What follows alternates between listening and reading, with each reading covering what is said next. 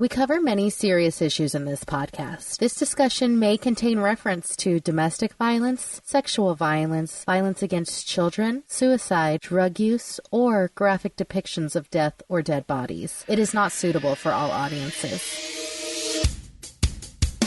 Tonight on Unsolved Mysteries Rewind, two friends get together to discuss episodes of their favorite television show, Unsolved Mysteries.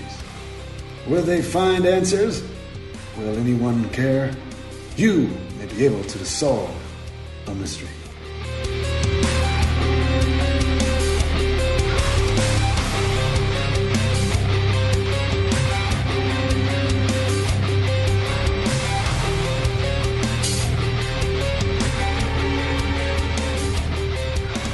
Hello, you are listening to Unsolved Mysteries Rewind. My name is Mark, and I am on with my co-host, Kim. Welcome to the show, Kim. Oh, I thank you so much. Today we are discussing a pretty good episode. I kind of just closed my eyes and pointed, and I think sometimes that works. And certainly in this one, we're talking about Backyard Bones, Twins Behind Bars, Ghost Goes to Court, and Sharon Kinne. Is that it? Yeah, Sharon Kinne. And I was very disappointed in Ghost Goes to Court because I was picturing like a courthouse ghost. Like, I object. I object. You can't handle the truth. So yeah, exactly. But yeah, we're talking season 10, episode 6. Yeah, it originally aired sometime between 1997 and 1999, somewhere there. It's very loose. Kind of all over the place. But yeah, this first one is a story that actually takes place on June 5th of 1997. The San Antonio, Texas Police Department received an anonymous call, and the caller says that Monica Rizzo was murdered by her husband, Leonard Rizzo, and that her bones are in the backyard of the Rizzo's house. Wow. I mean, I'm wondering, when a police department receives an anonymous call like this, I mean, any call like this, I guess they have to take it somewhat seriously, right? This is a way to really mess with somebody. Yeah, and I believe that they did take it exactly that, somewhat seriously, because they do go out to the house, and they don't really exert themselves too much, but when they get there, Leonard Rizzo is actually like seizing out. He's having a seizure. So they ship him off, the husband, in an ambulance, and police kind of question the son. The son says he hasn't seen his mom in like a week. There's nothing amiss in the house. Her car is parked in the driveway, and police search the backyard, and they do find bones, but they find that these bones are like obviously animal bones. Yeah, I thought that was kind of interesting. I guess maybe they were distracted by the seizure. And then they're like, all right, well, look, we're here. Let's go take a look in the backyard. Clearly they saw these bones and they are distracted, and they, somebody saw these bones and they think that it's somebody. And when it's not.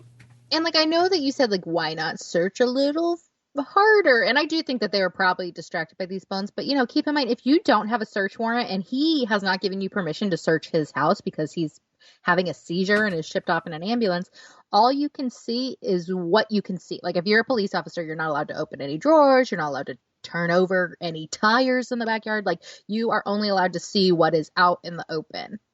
Yeah, I mean, without permission. Right. And he didn't have permission. They got permission from the son, but it's not the son's house. You'd have to have permission from Leonard. See, I'm wondering, being somebody who is a resident of the house, I wonder if they can offer permission. I guess maybe it would depend on the age of the son. Exactly. It would depend on the age of the son. And we do know that son actually did die like a year after all of this took place. He had leukemia, sadly, and he died at, I believe, 19. So he would have been right on the cusp of being able to give permission, if that's even a thing. I don't even know. I think the police were just kind of like, well, there's a seizure. Let's deal with this. This is more action than what we expected anyway. Yeah, and the animal bones. So they're like, this dummy was confused. Because it is clearly like an animal's skull. Like, it looks like a cow or something is in the backyard. Yeah, so everybody has a cow skull in their backyard. Oh, my gosh. But on May 5th of 1997, so we're walking this back a month, we learned that Monica was working, and on her lunch break, she just left. She didn't even take her purse or anything. So her boss, Gilbert, is calling her like crazy, trying to get a hold of her. And he doesn't get a hold of her until 8 days later. And she tells him, like, I'm all fine, but I'm not going to return to work until May 19th, which is 2 weeks after she left. And do we know what she does? Because it looks like a bank. No, I don't know what she does. I do know that she works for the government in some aspect. But I mean, it's just, I don't understand any job that you can have where you can just kind of not show up and then say, oh, and by the way, I'm not going to come in for a total of 2 weeks.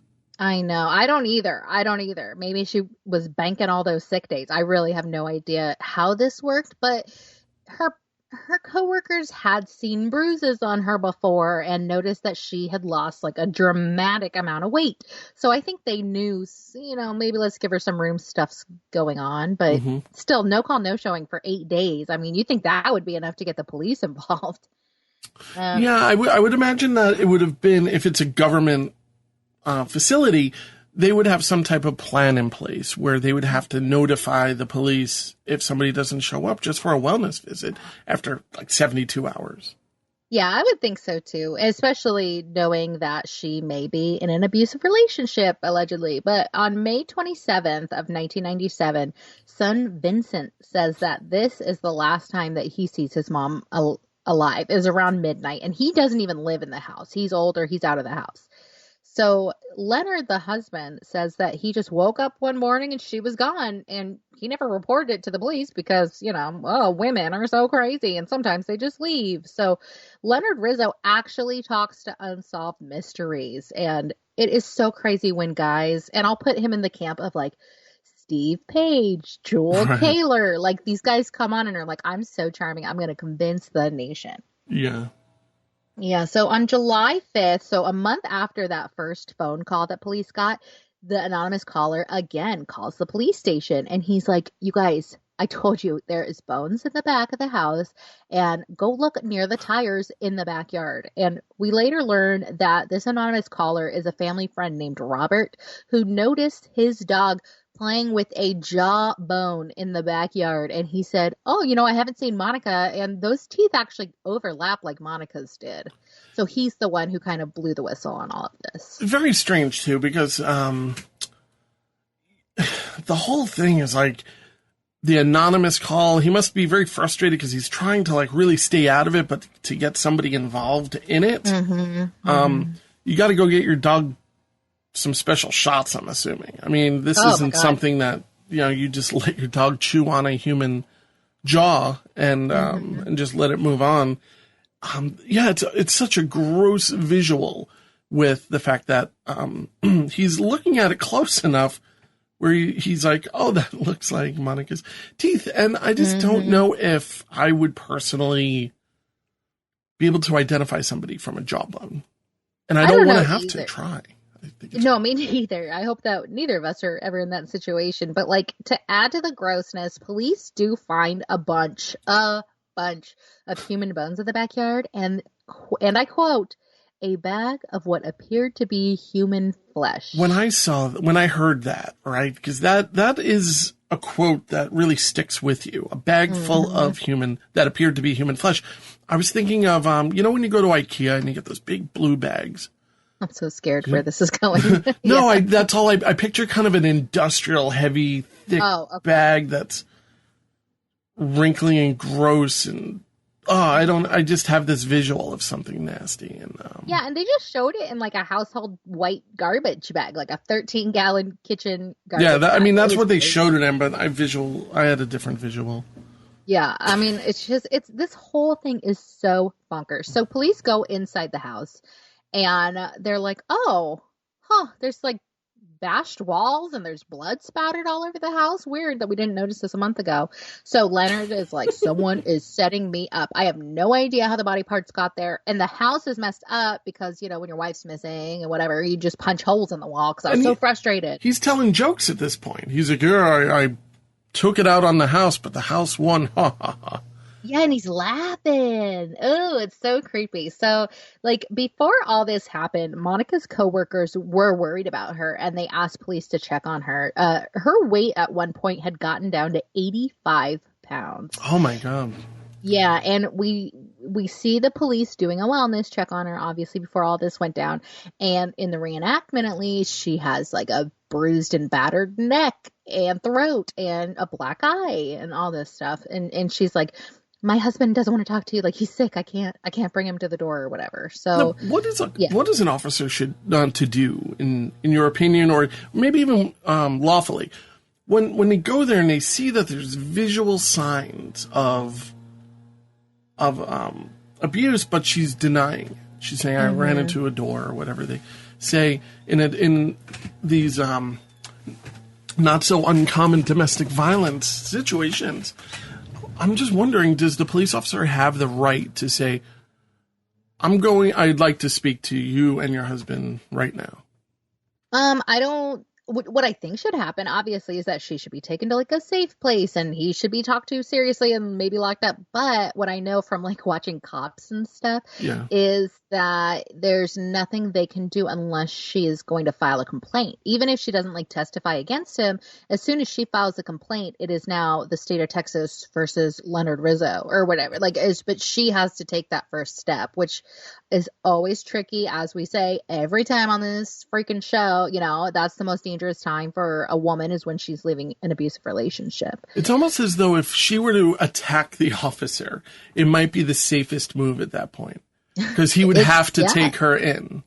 Interesting. Yeah. I mean, yeah. And not not to really try to harm him, but just say, why don't you just leave and take a swing or something? Well, I mean, I can only imagine what happens when she got back in that house. You know, what did you call the cops, you stupid woman? You know, I'm sure it was hell for her. But police, because they find all of these bones, they bring in archaeologists from the University of Texas to kind of excavate the backyard. So the team, whenever they find a little chunk of bone or something that they thought would be evidence, they would put these little orange flags out. And apparently the yard was like covered in these flags. And the doctor, Professor Guy, Dr. Hard. Dr. Bob Hard. Yeah. He says that the bones were still greasy. And he's like, anytime you're digging up old bones, they're going to be dry, they're going to be brittle. But these were like fresh, basically. Gross. So there's bone fragments no bigger than 3 inches all over the place, even in the barbecue grill. And they're clean cut. Like it's they're not like cracked. There's no splintering. They're broken up. Yeah, there's no like serrated edge from like a saw or something like that. It's like mulch in a way. Like, I mean, that's really what I was thinking. And I think that they were thinking as well, because they thought it seems as though it's possible that a chipper or a shredder was used to break the body down.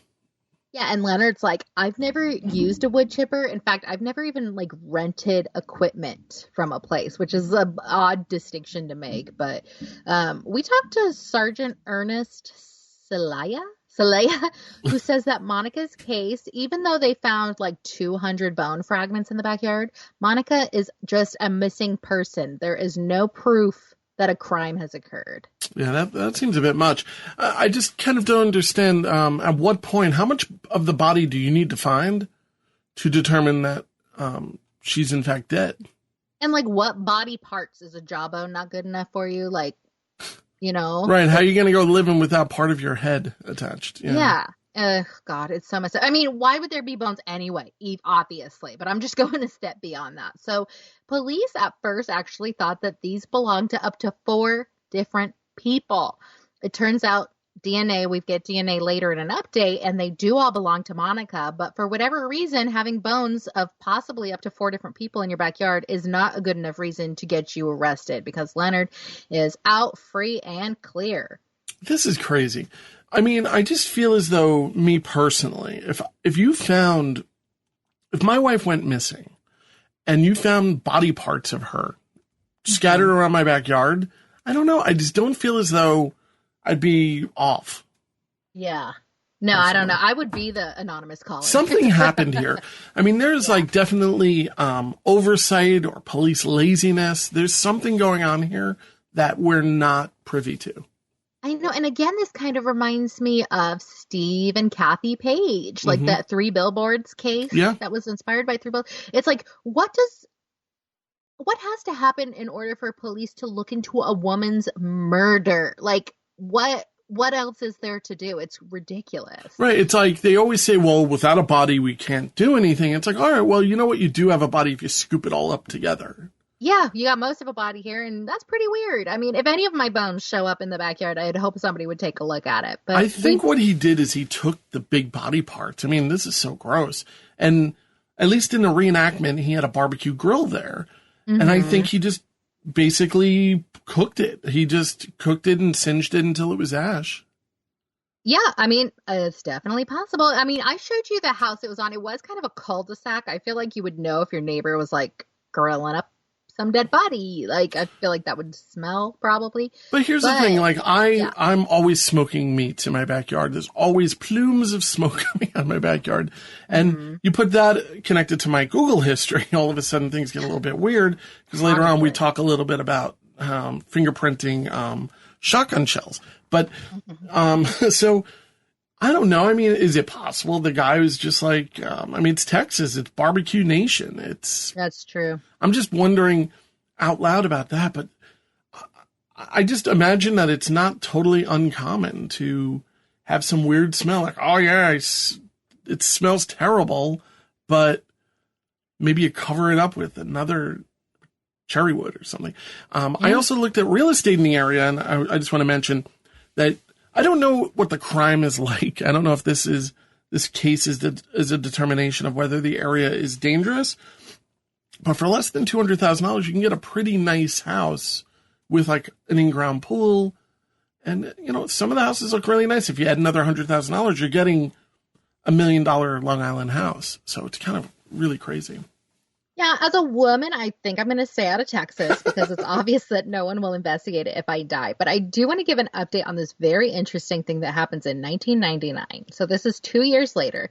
We find out that Leonard is arrested for attacking his girlfriend. He was convicted on 4 counts, including assault with a deadly weapon and kidnapping and possession of methamphetamine. It's the drug of choice for Unsolved Mysteries veterans, I think.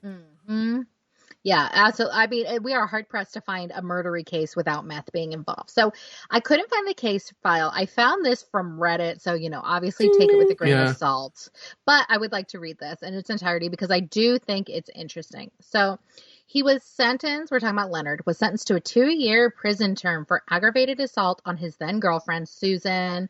And with the pair high on methamphetamines and deprived of sleep, Susan claimed that Leonard became paranoid and that he beat her with a hammer after accusing her of knowing where Monica was. When Susan, accompanied by police, went back the next day to retrieve her belongings from the mobile home, Leonard became difficult. After 4 hours, Leonard fired a gun, pointed it at the police officer, and a SWAT officer had to come in and shoot Leonard in the stomach. His girlfriend, that's the end of the Reddit thing. And he lived, right? He did live. Yeah, and he was sentenced to 2 years. His girlfriend told the police that he threatened to, quote, kill her, chop her up, put her in a garbage bag, and bury her. Just like the other one. Well, this whole thing reminds me, just like the other one, but this whole thing, again, with the Kathy Page thing about the billboards. I mean, apparently one of the billboards says, this is whatever county, city of Vidor. Here you can get away with brutally murdering a woman. And sounds like it. Yeah, it's also, it's sickening that it needed to get this far, and this guy's just going out and repeating these same exact actions with other people when, I mean, I think I've been very open with, I just feel as though some people need to be, put to death. And this is just somebody who's, personally, in my opinion, that the world would have been a little bit of a better place without him on it. And here's the thing. It worked the first time, allegedly. So why wouldn't he just keep doing the same thing? It's crazy. But it's like a shoplifter in a way. It's like, well, I'm not going to get caught until you get caught. Yeah, exactly. I mean, yeah. He's not having any consequences for his actions. Something I did find, too, is that because Monica worked for the state, even though she went missing in 1997, Leonard allegedly kept cashing in on her state employment benefits, which I'm guessing is some kind of pension. So the benefits people said that the benefits are going to have to be on hold until the criminal investigation into his involvement in her disappearance was wrapped up. So he actually sued them and he lost. And it's just crazy. Monica's dad wrote a book about the story called The Raw Truth. It's by William McKinney. And yeah, as we said before, their son Leonardo actually died shortly thereafter from leukemia. Which might have been his own saving grace because he didn't have to go through so much of this and the aftermath of this like lunatic. Oh, it's horrible. Yeah. It's so sad. It is. It's very sad. But what's also sad is taking a ride down south to Greensboro, North Carolina. It's the early 90s, June 9th. It's the beginning of summer, really, in 1993. It's called Twins Behind Bars. And we have two of the cutest twins in the world. Oh, my God. They were adorable. Twins are always cute together, but they're good-looking, cute guys. Like, they're good-looking guys. Mm-hmm. And if they had just kept their noses clean, who knows what could have happened. We see a reenactment where there's a number of people hanging out in a motel room. This girl's getting ice, and they go, I don't know how accurate all of this is. She goes back. She gives us what seems to be a special knock on the door. And she walks past two men on her way back to her room. They go to open the door, and these guys just kind of bust in with guns, and they rob them. They basically steal cash and jewelry. I'd like to personally know who these people are, the money that was taken, and the jewelry that was taken. There had to have been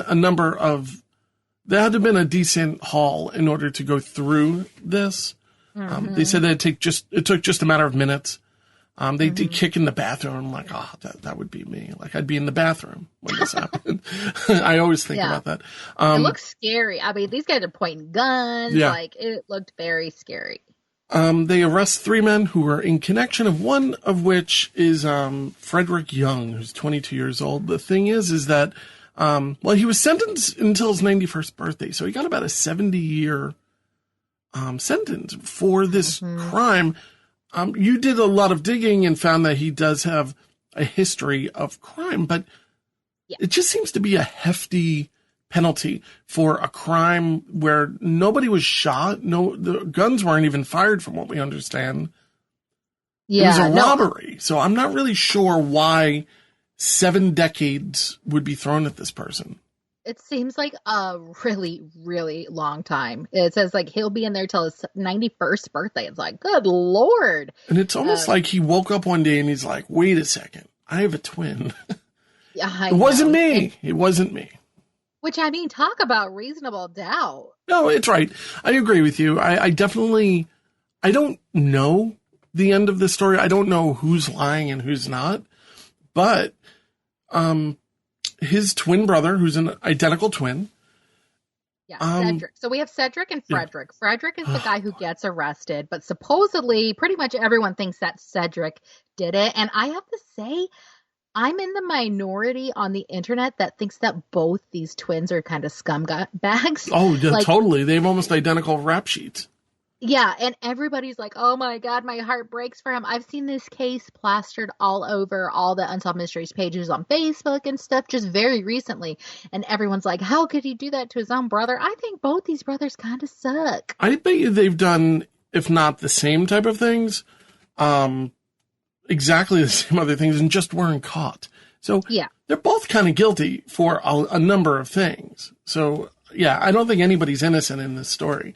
Yeah, and the mom says, like, oh, my God, nobody can tell these two apart. Nobody can tell these two apart. Well, guess what? I can tell these two apart. Yeah. Get some glasses, lady. Scar. Yeah. Well, Frederick has a scar on his forehead. Am I going to see this when somebody is pointing a gun at me in a motel room? No. But she said, like, cousins and, like, their own siblings couldn't tell them apart. I don't buy that.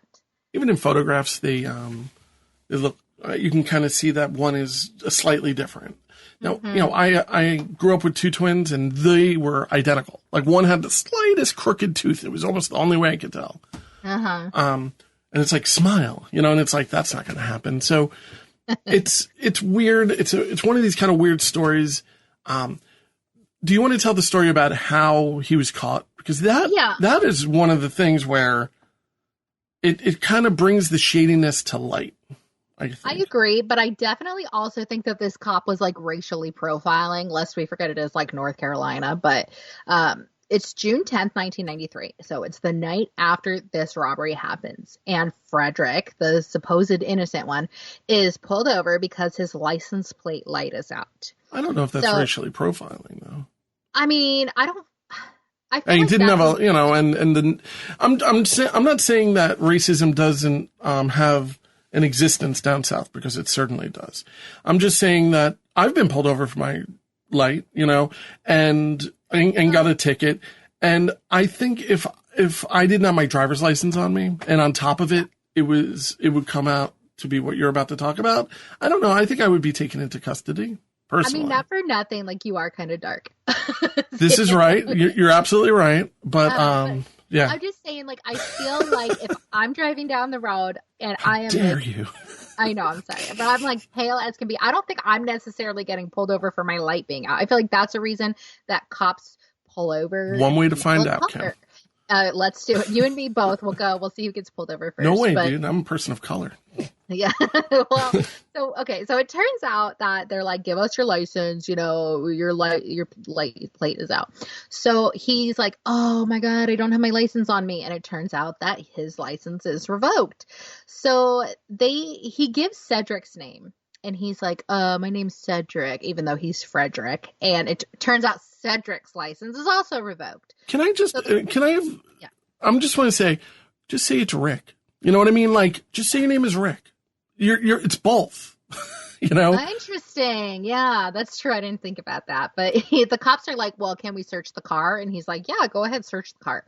So under the passenger seat, they find a bag, and Frederick says he's never seen this bag before. And in that bag was a sawed-off shotgun that just so happened to be the same exact gun used in the robbery the night before. Maybe. I still don't know how they would be able to determine. Granted, they found a sawed-off shotgun. He matches the ID of this person that had the gun. But how do they know that this is the same gun? From what I understand, I did a little bit of research and in this like firearm forum, and some shotguns are traceable, but sawed-off shotguns don't have as much of a barrel. So if it is a slug, a round, it's more traceable. But if it's buckshot, it's not traceable. But they didn't fire it, from what we understand. Yeah. I don't know if it was just like a unique looking gun. I know it is illegal to have a sawed-off shotgun. Yeah, like did it have a Pokemon sticker on it? I'm not really sure. Who knows? Yeah, so they take him to the police station, and he's like, all right, you guys, I'm going to come clean with you. My name's actually Frederick. It's not really Cedric, which is a little late for this because they already found a gun in your car. So they get him, charge him with... I'm sorry, can you see him like saying that and like getting up, zipping up his coat? He's like, well, I'll see you guys later. Yeah, exactly. All right, so we're cool. But he is charged with 6 counts of armed robbery, as was his alleged accomplice, Chris Ross. Now, we meet Chris Ross. This guy... Another good-looking guy. Oh, yeah. No, very cute, but he could not stop smiling. Yeah, he was happy to be there. Yeah, but it made it look like everything he said was a lie. So we're at trial. It's a year later, and one of the victims at the motel testifies that she recognizes Frederick from the holdup. So they're like, can you point to him? And she points to Frederick. And Frederick says at that moment, he was like, oh, my God, it must have been Cedric who did this. Like, who else looks like me but Cedric? No, so, I don't know. That didn't dawn on you for a whole year? You've been saying it since you were 4. Like, nope, that was my brother. That's a twin thing. I mean, that's what they do. They blame it on the other twin. Yeah, 100%. My father was a twin. I know what the blame game. I know how far it goes. I mean, isn't that half the point of being twins, that you got someone to play tricks with? But right. Exactly. He says he had ineffective assistance of counsel, which everybody says once they get charged. But it does seem like this guy was very ineffective. And his attorney's bar card was like suspended for various violations. He wouldn't talk to his clients. He never reached out to them, nothing like that. So Chris Ross, the alleged accomplice, said that he put the shotgun in the car without Frederick's knowing. But he didn't say anything about it because no one asked him. Eek. Yeah. Yeah, that's one of those kind of things where he's really just trying to get scratch off some of the years on his own personal sentence. And it works because he took a plea for 20 years. Which is pretty damn, I mean, that's pretty amazing. That's, 20 versus 70, yeah. Yeah, I mean, that's a big part. That's, that's a long time to get taken off. Not to mention, as we've learned in the past, you never really do the whole time anyway. Yeah. 20 years means like 8, probably. So, Frederick refuses the plea because he says he's innocent. So why would he plead? And he ends up getting sentenced to 68 years. We get his current attorney talking to Unsolved Mysteries, his good attorney, he got a better one. And then we get the cop being like, nope, he was guilty. So Frederick appeals. It goes to the Court of Appeals, and they said, if there's any new evidence, we'll take a look at it. So they bring up Chris Ross, the alleged accomplice, up to the stand, and they question him. And Chris says that it was Cedric who committed the robbery, not Frederick. But Frederick was still denied a new trial. So the twins go on the pinnacle of class in the 90s, the Geraldo Rivera show. I mean, he was a part of all of those things. Oh, yeah. There was the Maury Povich show and all of these trashy shows that we all kind of love and kind of hate. Yeah, I mean, I never really watched any of these shows, but they were definitely on my radar. I love these shows, and I think you know that I went to a taping of these shows not that long ago, and I'm in the audience boo! Which one did you? I don't remember the show. I went to the Steve Wilkos show and the Jerry Springer show. That is so funny. It was awesome. Yeah, we almost went to Maury, but we had to leave a day early because they tape in the same place. But it was so much fun. But this Geraldo show is entitled Twin Horrors, the horrible things that twins can do to each other. And this is where Frederick puts Cedric on blast and says Cedric did it. And Cedric denies it. They both cry, allegedly. Cedric, there's no tears coming out. But Frederick's does seem to be actually crying. Did we mention that the mom has completely sided with Frederick? Yeah, thank you. Yeah, the mom is like, oh, Cedric is the one who did this. And I don't know. Is this just stirring up enough reasonable doubt? What do you think's happening? Do you think she actually believes that? I don't know. I mean, everybody, I'm going to guess that every parent understands that one of your kids can be a piece of crap, maybe. I don't know. Mm-hmm. Maybe he's the one who robbed her, you know what I mean? Woke up, there's no TV. I don't know. It's just one of those crazy things to side with somebody publicly, to side with a sibling over another sibling publicly. Yeah. There has to be something there. There's a story there. I agree. And, my mom always had this thing where I'd be like, Mom, Katie did this about my sister. And she'd be like, what were you doing? Coloring holy pictures? And I think Frederick's acting like he was coloring holy pictures because Frederick, the guy who's supposedly innocent, has been in and out of jail since 1988 on charges including breaking and entering, grand larceny, assault on a female, and assault with a deadly weapon. So I don't view robbery as completely out of left field here. Mm-hmm. We do learn that in March of 2016, Frederick is released, and Cedric, since 1989, has been in and out of prison on charges including possession, concealing a weapon, multiple charges of larceny, child abuse, breaking and entering, and shoplifting. Dude, what is going on? It's just crazy to me. So, from what we understand, Frederick is still out. Yep, Frederick's still out. Cedric is in and out. I really couldn't find an updated thing of him. I don't think he's in North Carolina anymore, where I do think Frederick is still in North Carolina. But both of these guys are proven thieves with weapons. That is in the court records. So, and I don't think that they deserve the death penalty. I just want to clear up my earlier statement with this, the wife beater earlier, wife murderer, chipper upper, versus somebody like this. These guys could go there and, with the proper program, maybe wake up a little bit, and grow up a little bit, versus somebody who's just a lunatic. I agree. And I don't even think either of these guys deserve 70 years. That is crazy. Yeah, they too young to give that type of sentence. But one of the things I would do at this period of time, what they should have done is jumped over and flown to England. Woohoo! Oh, international unsolved mysteries. Yeah, like that's what they should have done. They instead of robbing these people, they should have went and bought real estate, cheap real estate in London. Not London. They're not far from London.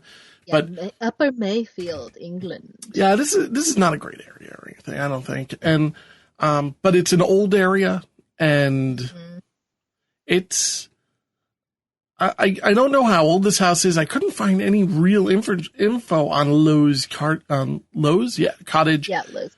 But I love the name. I'd love to live in a place that's just referred to as Lowe's cottage. I can't say it. I know. I swear, like, when I have a house that has a name, I'll know I have arrived. Like, how many times do we see this in, like, upper crust kind of places? But I will say, I mean, you are, like, slammed up against other people. I have a picture of it. We'll post on the Facebook page. It's not like you got, like, acreage, or it's not like a farm or anything. Well, it's an old farmhouse. So I'm going to assume that all of the property that surrounds it was at one time owned by the people who own that house. Yeah, well, we do have in 1994, Andrew and Josie Smith moved their family into this place, which is, because it's so old, it is a fixer-upper, and they got it for super cheap. Converting like pounds in 1994, I got that. It's around $34,000 that they got this place for. Now, what did they pay? What was how many pounds did they pay? Oh my God, I had it, but I translated everything into dollars so I wouldn't confuse that. I mean, that's probably about 10,000 pounds back then. At least. I deal with pounds from time to time because of a London property that I have to deal with. You have a London flat. You want it? I'll take it. Yeah, it's yours. No, so it's but yeah, it's probably like 10 grand, and that's pretty amazing, But, doing a fixer-upper there, things were not really built really that well. Again, I don't know how old this place is. I'm going to guess it's like an early 1800s type of property. Yeah, they said it was at least like 280 years old. So even older. But yeah, these cobblestones and everything, I mean, I call them topple stones because this stuff is just made with like oatmeal and stones. It's terrible. This stuff is always falling, whole roofs slide off. It's crazy. It's like Benny Hill built these things. But it is the way they show it, the way they presented this particular segment, which I think we can just kind of blast through because I don't know if there's that much to discuss here. But I loved the way this segment looked. I felt as though it was really appropriate for Halloween, which by the time this is released will have been about 6 weeks ago. Long past, yeah. Yeah. And this felt more of a Halloween segment than the actual Halloween segment from Unsolved Mysteries. Yeah, we do. Yeah, if you want to tell the story, and I don't know, I just think it seems mostly made up to me personally. But and look, here's the thing, and I wrote this on our notes, and I'll just tell you guys, like, do I believe in ghosts? Yeah, I'm open to that idea. Do I believe that scammers are going to scam? Yeah, 100%. Like, I think that's what we have going on here. But right after they move in, they start noticing temperature variations. The room is like hazy. The house is 300 years old. Mine is 100. There's temperature changes everywhere, every room I walk into. Exactly. And they said like objects were rattling. They saw ghosts, like actual ghosts. Yeah. Ghosts would strangle them in the night. Like, crazy stuff. According to this article that I read, they also claim to have seen apparitions of a naked girl, a pig-faced boy, and it is alleged that Mrs. Smith was sexually assaulted by one of these ghosts. In the shower? No, but this is the second horny ghost story that we have had. How weird is that? I don't know if it's as weird as it is interesting. Oh my God, I do not want to read your diary. Dear diary, today. The sellers of the house. Wait, I'm sorry. Can I, since we're on ghosts, I keep interrupting you this episode, and I'm sorry, Kim. To give an update of any apparitions that are in my house here on Strong Island, there's been nothing since we had our water main done. The house is just kind of So I'm wondering if it's possible that the regrounding, because we had our whole house regrounded, for, just electrical issues and stuff like that. I wonder if it could have been associated with EMF, changes. It's totally possible. And we don't get a weird feeling in our basement anymore. And it's a lot of issues that kind of went away. before? Right the before. day before? Yeah, like multiple times. Yeah, but I don't know. That could also have been my imagination playing tricks on me. I was also under a lot of stress because of the amount of money it was costing, and all these strangers in my house and their dirty boots. I felt like Monk. Can you take your boots off when you come to my house? It's like, no, we're trickling through mud. Anyway, so yeah, that's the update. I haven't seen anything, but I will again, very soon. I don't really look for it, but I'm going to ask my wife tonight. I'll ask Ramiel, and we'll see. Okay. Well, the sellers of the house of Lowe's Cottage are like, these people are full of baloney. We've lived there our whole lives, so we never noticed anything weird. So what do? The Smiths go to a local church to have a priest perform an exorcism on the house, which is like always everybody's first step in these stories. It's so weird. So he goes, he blesses the house, and all is calm and peaceful until a few hours later, and the radio starts like blasting in the middle of the night. So pretty nice stereo system, by the way. They had like a nice retro 70s Silverface stereo. Totally. And they begin like asking around about their house. So apparently they are like the only ones who didn't know that this house is super haunted. So the story is that during the 1860s, there was a young milkmaid named Elaine Herring who lived in the cottage with her lover, Joseph Phillips, which scandal. Oh, brother. She was supposedly murdered by her employer and died in the cellar of Lowe's Cottage, which is currently the kitchen area of the house. And Joseph Phillip was said to be so distraught that he hung himself by the body of his lover. And the sisters are like, this is all crap. Like, we don't know what you're talking about. They even say, like, we think they're trying to get out of paying because there was still 6,000 pounds that they owed left on the house. And they were like, we are not going to pay this because you sold us a haunted house. I love the sisters because it's like they tell this whole story and we see the reenactment and then they get to the sister and it's like, that's bullshit. Oh, I shouldn't. Totally. I didn't mean to curse, but it's like, that's crap. I curse all the time on this show. But the Smiths had apparently, they really publicized all the stuff that was happening to try and build up their case. And it kind of bit them in the butt because it actually brought their home value down when they tried to refinance from 70,000 pounds to 20,000 pounds. Which is weird. It's kind of like, is it really that popular of a story that it's really affecting the home value? I mean, do banks need an excuse really to be like, no, we'll offer not you at less? all. So they file a lawsuit against the sisters because they have got some chutzpah and they are like, you sold us ghosts and we don't want them. So the sisters ended up countersuing for the 6,000 pounds that the Smiths failed to pay for the property. So the Smiths hire 2 paranormal investigators to get proof that the house is haunted. So we get to see this footage of where they set up night vision candles and they place candles. They set up night vision cameras and set 2 candles on a set of stairs. And both of the candles were disturbed and one appears to be like chucked across the room. Yeah, it's not the most convincing footage I've ever seen.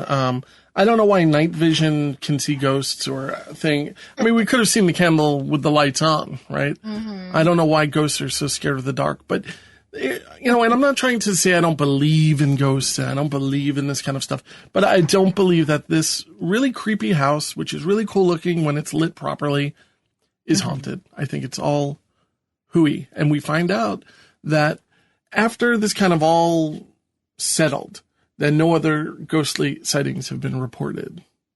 Well, yeah. So this battle raged on for over 5 years, this court battle. And in 1999, a judge ruled against the Smiths, saying that likely the disturbances were human and not paranormal. And then all of a sudden, oh my God, there's no more ghosts in this house. Like, just like boom. Weird. But the value of the house did go up.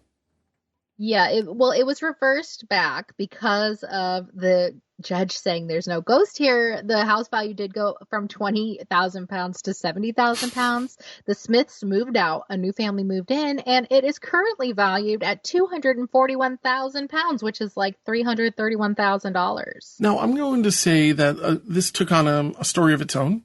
You could find other paranormal investigators talking about this, and it's become another spot to drive by in a ghost in a type of ghost tour in the area.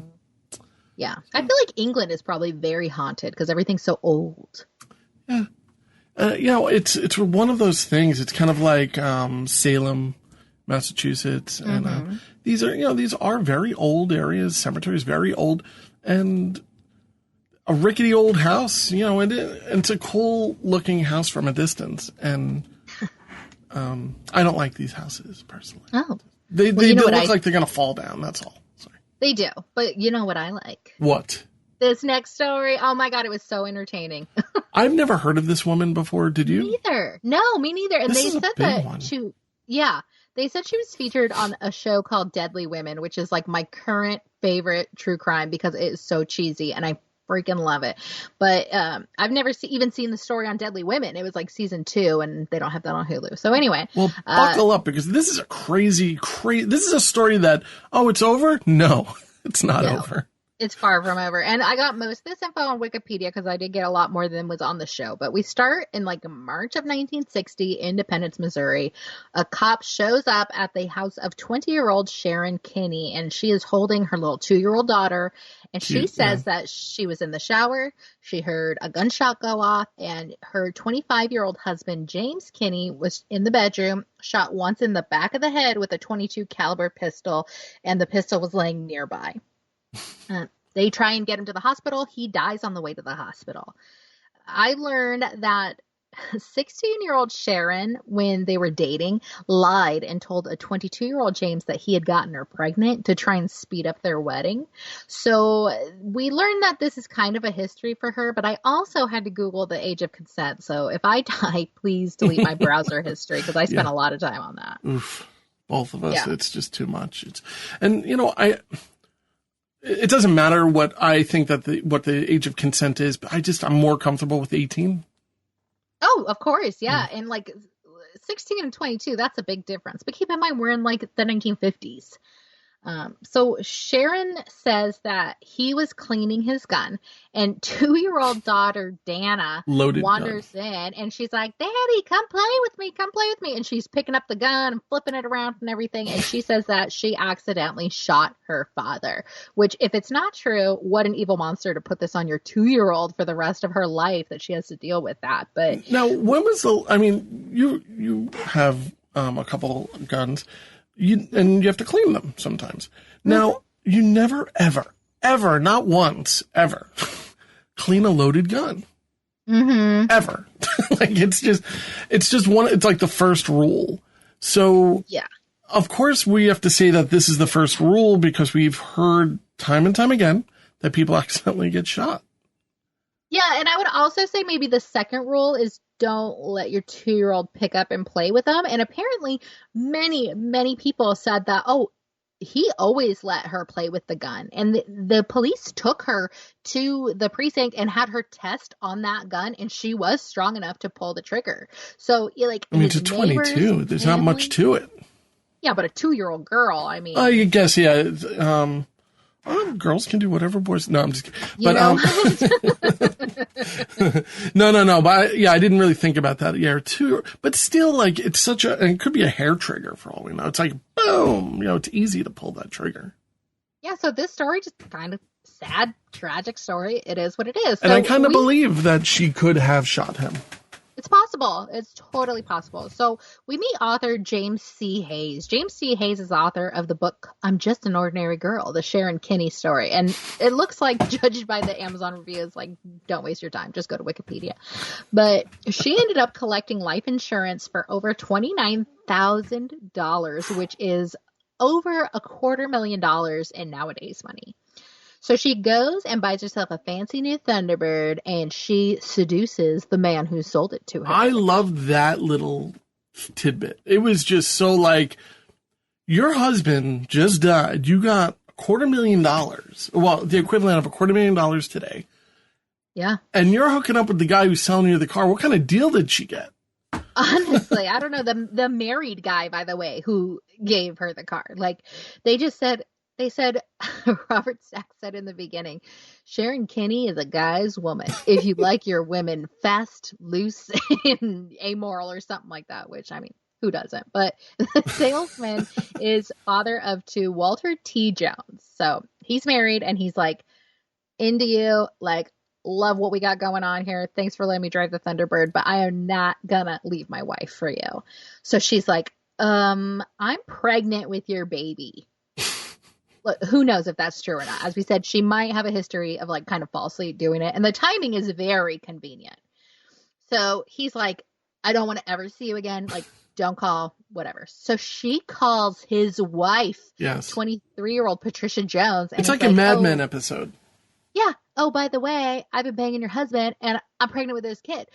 But she actually said, like, my sister has been banging your husband and is pregnant with his kid. So she's like, let's meet. Let's just talk woman to woman. And I'll tell you all about my sister who's pregnant, which obviously it's her. So Patricia has, if this ever happens to one of our listeners, just have the conversation on the phone. Yeah, exactly. You're safest on the phone. And, oh, what a psycho. But a carpool buddy from work drops Patricia off to meet Sharon. And Sharon's like, you know what? Let's go on a drive. Like, I don't really want to talk about this in front of your carpool buddy. Let's just go. We'll talk. And have the carpool him buddy follow. That's all I'm thinking. And it's a guy. He should have just followed, like, in a total,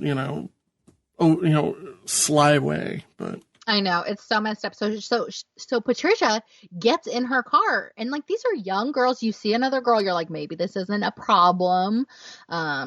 But yeah, she got in and she never returned. So Walter, the husband, begins calling around and he's like, where's my wife? I haven't seen her. I am not taking care of these kids by myself. And he reaches the carpool buddy, and the carpool buddy's like, I dropped her off with this woman. And he gives the exact description of Sharon Kinne.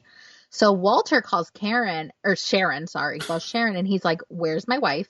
And she's like, oh, we met earlier so I could blow up your spot and talk all about how we have an affair, but I dropped her off, and like, I dropped her off near your guys' house, and I saw her talking to some guy in like a green 1957 Ford. So I could picture her saying something like, I have to go. Mm-hmm. Yeah, I have to go. John's waiting. He's getting us hot dogs at the Burger Hop. Yeah, exactly. I feel like it's a Happy Days episode with murder. It's crazy. Yeah. So Walter was like, why don't we meet in person? So they meet in person. She's like, hey, Walter. And he like holds a key to her throat and is like, tell me what you did with my wife. So he knows like this is a crazy person. The next key? morning, I never thought of that. I guess you can hurt somebody. It's like a total jail type thing to do, like a shiv. It wouldn't tickle, but I mean, my at Volkswagen the same time, Beetle key is pretty sharp, but I mean, I don't know. Maybe it was like a thing back then. Maybe it'd sharpen your key. It would be a weapon. I don't know. I mean, he's a car salesman. You got to use what you got. Yeah, you're right. The next morning, Sharon's like, I'll help search for Patricia, me and John Boldis. John Boldis is like her side piece, has been her side piece since she was married to her husband, James, who... Yeah, I'll take a ride. He's thinking it's like a booty call. And he's like, yeah, I'll take a ride. Come on, let's go end up at Lover's Lane. Yeah, because he's not wrong. It is kind of a booty call. So they're like, why don't we go to like Lookout Point, just get all snuggly. So they get there, and where are they parked in front of? They're parked right in front of the dead body of Patricia Jones, who had been shot 4 times. Oh my, I think of the Back to the Future thing where it's kind of like, I never sat in a parked car with a boy. Yeah, exactly. That scene. Oh my God. That is so not okay. Back to the Future. Sorry. But yeah, I know. Right where they park, they find her body, and John's like, let's go to the police. And Sharon's like, cool, let's go to the police. But first, can you drop me off and just like, don't tell the police I was with you? So I don't need that right now. Yeah, I'm going through a lot right now. Yeah, like I wonder if that was the thing. It's kind of like, look, you found the body. Don't get me involved. I don't need this right now. My husband died. I mean, her husband died like, this is probably like a year, I think. Yeah, but this is she's a drama queen. There's no doubt about it. Yeah. She knows how to get men to do what she wants. I mean, clearly, right? 100%. Yeah. And John goes to the police, but he immediately rolls on her and says, oh, Sharon Kinne is the one you need to look at. She's the one who was with me when I found the body. Yeah. So they charge her with the murder of Patricia Jones. And they're like, since we're here, let's charge you for the death of your husband, James Kinne. So she's out on bond. While she's out on bond, she gives birth to her second child, which is presumably the car salesman's kid, but You might want to get that DNA test. Yeah. I know there's not a DNA test. I'm just being silly. But I mean, like now, I mean, that kid must still be around. I mean, well, maybe there's no DNA, but if we ever find her, maybe then they can do a DNA. Oh, no, we know she's the mother. We just don't know about the father. Oh, man. Yeah, This is a very strange story. This is like a very, like, I forget what it's called, like one of those soap operas. It's a dramatic story. Oh my God. And we're not even like halfway there yet. Like it gets so crazy. So the jury's all male and she is just like batting her eyelashes and sitting there coloring holy pictures. And the jury finds her not guilty in the case of Patricia. In fact, the jurors even came out and got her autograph. No, I didn't get this. What a conflict of interest. Was this a complicated, like, big story at the time? This was like the biggest story at the time. She's a beautiful woman. Like nationwide story? I don't know how widely it was circulated, but I don't know. She's gorgeous and she had some celebrity. It's one of those things where it's just kind of, for me anyway, it would have to be a pretty important person for me to have any interest of having that person scratch on a piece of paper. I know some people feel a little differently, of course, but. Yeah, I don't know, but. What a conflict of interest. Like, that is so crazy. But the trial for James's death start, and the jury this time finds her guilty of first-degree murder. She seems to think it was because there was one woman in the jury, and that woman was, I don't know, jealous or something. But it's kind of also, I mean, I've never been on a jury. I've been called for jury duty and thankfully never selected. But now that we talk about all this kind of stuff, I think maybe in the future I would have an interest. But it is my dream to be on a jury ever since I was a kid. Do you know how good I am at judging people? Like, I would be like, Your Honor, this lady obviously did it. But can I tell you something so dorky? Free lunch, too. Yeah, I have been called for jury duty, and they never got that high to that number. So I was like, oh. But when I was a kid and I was in junior high, I signed up for this thing called peer court. Have you heard of this? Peer court. It sounds really familiar. Is that like a public access type thing, or? No. So I was sitting there. We're all sitting there in the Lyceum, right? Of the junior high. Peer court. And they bring in people and like kids, like juvenile kids, and then we hear their cases in like a mock court. Whoa. And then we get to assign the actual punishment. So I was all over that. This is like a Nickelodeon show or something. No, this is real life. So I remember one of the kids, I don't know if I'm like violating a non-disclosure agreement. I just looked it up. Oh, teen court. Well, one of the kids was stolen from a grocery store. And so I remember that one of the punishments we could give was that he had to like write a letter of apology and do a certain amount of community service. And that's what we did. But I was like all over it. And that was the last time I have ever served a jury. Well, I hope you end up on something because that's awesome. That sounds really, really interesting. It was, do you know the amount of power I felt? I was out of control, but it was Can we hang him? Yeah, exactly. But back to our trial, John Boldis, the guy who was at Lover's Lane with her, testified that Sharon once offered him $1,000 to murder her husband. And did we mention that he totally rolled on her? He completely gave. You might have mentioned it, but he gave her up like in the first sentence. Yeah, and she asked him not to. Right, and to be fair, he later said like he wasn't sure if it was a joke that she offered him this money, but it is what it is. When you offer that, I mean, it's going to come up in your trial. Wink, wink. It doesn't really matter. Yeah. So she was sentenced to life in prison. And in March of 1963, her verdict was overturned on some kind of technicality, little tiny legalese. So she's tried again, ends in a mistrial. Tried again, ends in a hung jury. Now, right before her fourth trial, she is released on bond. And here is where she meets Francis Pugliese. And he is a hairdresser / blacksmith, and they fall in love. Yeah, this is a weird thing because I don't know if it's different now. I'm going to guess this is different now. If you are released on bond, you can't just leave the country. Right. Yeah. And she was totally free and legal to go wherever the heck she wanted. So they're like, we are going to go to Mexico. And in the, She was like, I want to have margaritas. And I'm like, I want she's a a fun girl. Look at pinata. this. Good for Yeah. her. She was all over him in the reenactment. She's like, I want margaritas. I want a pinata. Are we there yet? When are we going to get there? It's like, He oh looked my like the guy from That 70s Show, the Spanish guy. Yeah. Or Sorry. whatever. But he's a hairdresser and blacksmith. Mm-hmm. What the hell does that mean?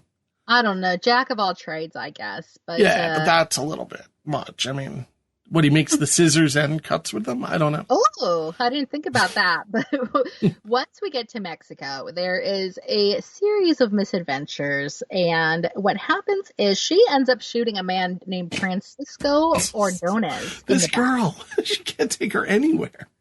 She can't not shoot people. Like, it's her thing. So she shot him in the back, claims it's self-defense, which is unusual when somebody is shot in the back. So she also shot a hotel employee who responded to the gunshots.